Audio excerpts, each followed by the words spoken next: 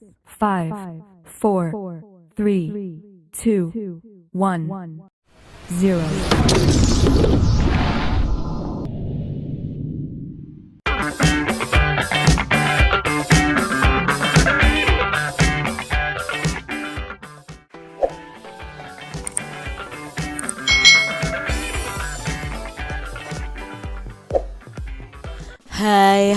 Hai, selamat datang di channel YouTube Kak Citra. Apa kabar adik-adik semuanya? Kak Citra berharap kalian dalam keadaan yang baik, sehat, dan siap untuk belajar ya. Hari ini kita akan belajar bersama-sama untuk mata pelajaran tematik kelas 5. Kita belajar di tema 8, lingkungan sahabat kita, subtema 2, perubahan lingkungan, pembelajaran yang kedua. Mari adik-adik kita belajar dengan penuh semangat ya. Perubahan lingkungan juga mempengaruhi budaya termasuk tarian. Tarian daerah berkembang mengikuti perubahan. Namun perkembangan itu juga masih mengikuti aturan dasar dari tari tersebut, termasuk pola lantainya adik-adik. Apa yang dimaksud dengan pola lantai ya? Mari kita pelajari bersama-sama tentang pola lantai. Lihatlah peragaan tari daerahmu baik secara langsung maupun melalui rekaman video. Fokuslah untuk adik-adik memperhatikan gerak para penari. Nah adik-adik kalian bisa mencari video tentang tari-tarian ya adik-adik, lalu kalian amati penarinya. Adik-adik, bagaimana formasi para penari saat melakukan gerakan tari? Nah gerakan tari ini awalnya dinamakan jogai yang berarti gerakan melingkar, melambangkan gerakan planet yang mengelilingi matahari. Lalu bagaimana arah hadap gerak penari selama peragaan tari? Nah, arah hadap penari itu ada yang ke depan, ke samping kanan, lalu ke samping kiri. Bagaimana bentuk imajiner yang dilalui penari selama melakukan gerakan tari? Nah, garis imajiner yang dilalui penari adalah garis lengkung dan garis lurus. Apa sih maksudnya pola lantai ini? Nah, adik-adik ya, lihat di sini ini adalah gerakan penarinya. Biasanya penari itu akan bergerak melingkar, lalu ada gerakan ke depan, ke samping kanan dan ke samping kiri. Nah, gerakan itu kalau digariskan akan membentuk garis imajiner atau garis khayal dari gerakan penari tersebut. Pola lantai gerak tari. Pada saat menari, penari itu kadang bergerak ke kiri, ke kanan, maju, mundur, atau bergerak membentuk lingkaran. Jika digambarkan seolah-olah ada satu garis imajiner yang dilalui penari selama menyajikan satu tarian. Nah, garis imajiner itu juga dapat digambarkan dengan melihat formasi para penari dalam memperagakan tarian. Para penari dapat membentuk formasi garis lurus, lengkung, segitiga, atau lingkaran. Nah, bentuk formasi garis dapat berubah-ubah selama penari menampilkan sebuah tarian. Garis imajiner yang dilalui oleh penari ini saat melakukan gerakan tari disebut dengan pola lantai adik-adik. Jadi pola lantai ini merupakan garis imajiner yang dibuat oleh formasi penari kelompok. Secara umum pola lantai itu bisa berupa garis lurus dan garis lengkung. Bentuk pola garis lurus itu dapat dikembangkan menjadi pola lantai.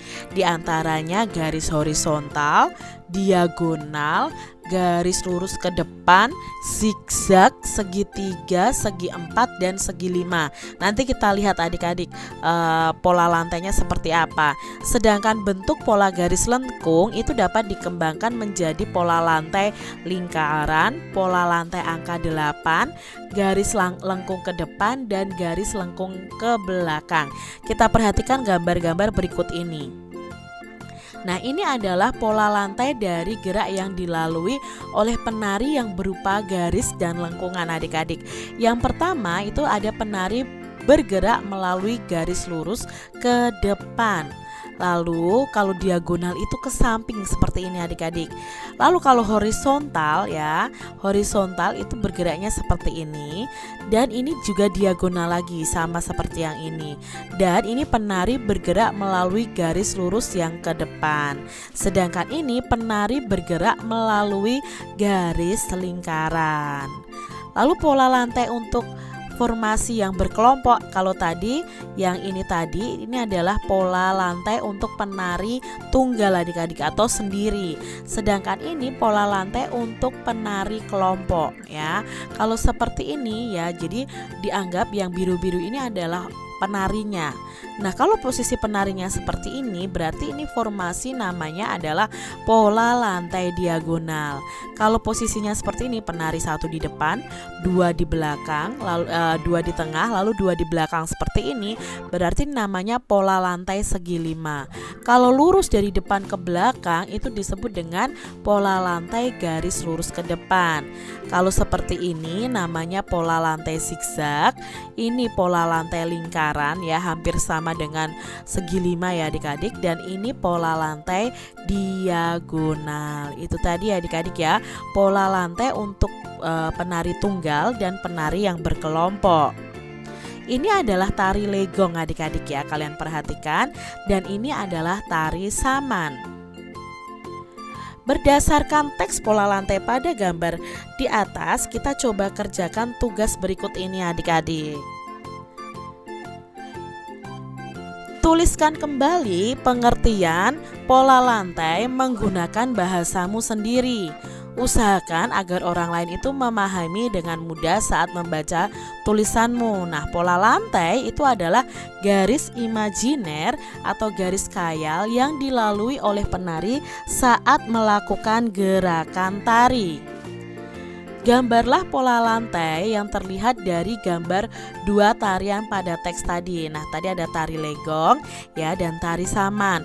Nah, pola lantai tari legong itu seperti ini adik-adik, karena tadi ada dua penari ya yang membentuk lingkaran, sedangkan pola lantai tari saman itu seperti ini, horizontal posisinya. Lihatlah sebuah video tari kreasi daerah kalian. Nah, perhatikan gerakan pada pola lantai penari dalam menyajikan tarian. Kalian bisa menirukan 5 gerakan dari tarian tersebut, lalu berlatihlah dengan gerakan-gerakan tersebut hingga dapat memperagakannya dengan benar. Lalu buatlah pola lantai sesuai dengan gerakan yang dipelajari. Nah, gerak tari daerah satu dengan daerah yang lain itu pasti memiliki karakter yang berbeda-beda. Gerak tari adik-adik ya, tadi misalnya gerak tari Bali itu berkarakter lincah dengan rangkaian gerak yang patah-patah. Sebaliknya kalau tarian dari era Solo dan Yogyakarta itu cenderung berkarakter lembut dalam rangkaian gerak yang mengalir seperti aliran air yang tenang. Siklus air dan bencana kekeringan. Adik-adik kita akan baca bacaan ini ya. Peristiwa siklus air merupakan peristiwa sehari-hari yang sering tidak disadari oleh manusia. Siklus air menghasilkan air bersih yang berguna untuk kehidupan manusia. Manusia itu memerlukan air bersih, antara lain untuk keperluan rumah tangga, keperluan industri, dan juga pertanian. Siklus air ini menghasilkan air bersih ya adik-adik ya. Sudah kita pelajari pada pembelajaran sebelumnya tentang siklus air. Pada saat proses penguapan, kotoran pada air tidak ikut menguap adik-adik.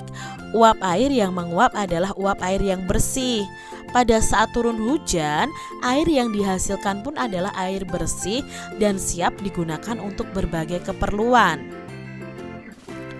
Ini adalah gambar tentang terjadinya hujan ya adik-adik ya. Tentunya kalian masih ingat. Air hujan yang jatuh itu sebagian akan diserap oleh tanah, lalu menjadi air tanah.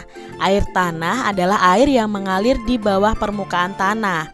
Air ini biasanya jernih dan bersih karena sudah tersaring oleh lapisan tanah dan akar tumbuhan. Untuk mendapatkan air tanah, manusia itu harus membuat sumur dengan cara menggali lubang adik-adik.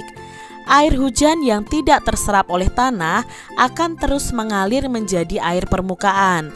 Lalu air itu menuju tempat yang lebih rendah seperti sungai, danau, dan laut. Nah, air permukaan adalah air hujan yang tak dapat diserap oleh tanah, tetapi diserap oleh permukaan tanah, sehingga mengalir di atas permukaan tanah dan kemudian akan menguap kembali. Itu tadi perbedaan antara air tanah dan air permukaan. Ini juga sudah kita bahas pada pembelajaran sebelumnya juga adik-adik.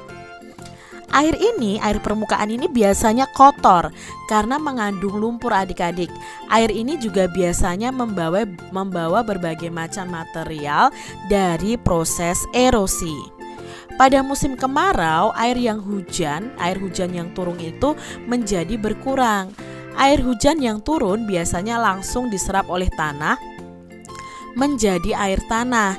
Jika air sungai dan danau surut akan menyebabkan berkurangnya penguapan air sebagai pembentuk titik-titik air di awan. Akibat dari semakin sedikitnya awan adalah semakin berkurangnya curah hujan. Oleh karena itu, sumur-sumur penduduk pun menjadi kering. Nah, di saat inilah biasanya akan terjadi kelangkaan air bersih. Jika kelangkaan air bersih ini terjadi dalam waktu yang panjang, bencana kekeringan akan terjadi adik-adik. Jadi, mari kita biasakan menghemat penggunaan air dalam kehidupan sehari-hari. Peristiwa apa saja yang terjadi pada teks siklus air dan bencana kekeringan tadi adik-adik? Nah, peristiwa yang terjadi adalah tentang peristiwa siklus air, penguapan air, lalu tentang hujan, tentang air mengalir, dan tentang terjadinya air tanah dan air permukaan. Lalu bagaimana proses siklus air menghasilkan air yang bersih? Nah, pada proses siklus air tadi ada tahap penguapan air dari permukaan bumi, yaitu dari laut, sungai, danau, dan genangan-genangan air lainnya. Pada saat penguapan air pada penguapan air ini kotorannya tidak akan ikut menguap adik-adik. Kotoran pada air akan tertinggal. Nah, uap air yang naik dan membentuk awan itu merupakan uap air yang bersih. Saat awan menjadi mendung lalu turunlah menjadi hujan. Dan air yang turun itu sebenarnya merupakan air yang bersih adik-adik. Apa yang dimaksud dengan air tanah adik-adik? Nah, air tanah adalah air yang terserap masuk ke dalam tanah dan mengalir di bawah permukaan tanah. Nah, air tanah ini lebih jernih dan bersih karena sudah disaring oleh lapisan tanah dan akar tumbuhan. Manusia biasa memanfaatkan air tanah dengan membuat sumur. Bagaimana perbedaan air tanah dengan air permukaan? Nah, perbedaannya air tanah ini lebih jernih dan bersih daripada air permukaan karena air tanah ini sudah tersaring oleh lapisan tanah dan akar tumbuhan. Oleh karena itu, manusia biasa memanfaatkan air tanah untuk keperluan sehari-hari dengan membuat sumur. Mengapa air permukaan itu biasanya lebih kotor dibandingkan dengan air tanah? Nah, air permukaan merupakan air hujan yang tidak terserap oleh tanah. Air permukaan ini lebih kotor karena mengandung lumpur dan benda-benda lain yang terbawa aliran air di permukaan tanah. Apa akibat dari musim kemarau yang panjang? Nah, saat kemarau panjang, otomatis air permukaan dan air tanah akan menyusut. Kekurangan air akan menyebabkan bencana kekeringan. Berdasarkan bacaan siklus tadi adik-adik ya, siklus air dan bencana kekeringan, kalian bisa membuat poster tentang dampak siklus air bagi kehidupan. Nah, buatlah semenarik mungkin pada pembelajaran 5 nanti kamu akan mempresentasikan poster yang kalian buat. Nah, contohnya di sini posternya seperti ini adik-adik ya. Mari kita biasakan menghemat penggunaan air dalam kehidupan sehari-hari. Hemat air, selamatkan bangsa dari bencana kekeringan. Ini contoh posternya adik-adik ya. Kalian bisa membuat poster berdasarkan imajinasi kalian masing-masing. Demikian tadi adik-adik pembahasan kita di tema 8, subtema 2 pembelajaran yang kedua. Semoga video pembelajaran ini bermanfaat untuk adik-adik semuanya, dan sampai jumpa lagi di video pembelajaran Kak Citra selanjutnya. Tuhan memberkati. Jangan lupa tekan tombol subscribe, lalu tekan loncengnya, tekan juga tombol like, lalu share ke media sosial kalian. Jangan lupa untuk ikuti media sosial Kak Citra. Terima kasih.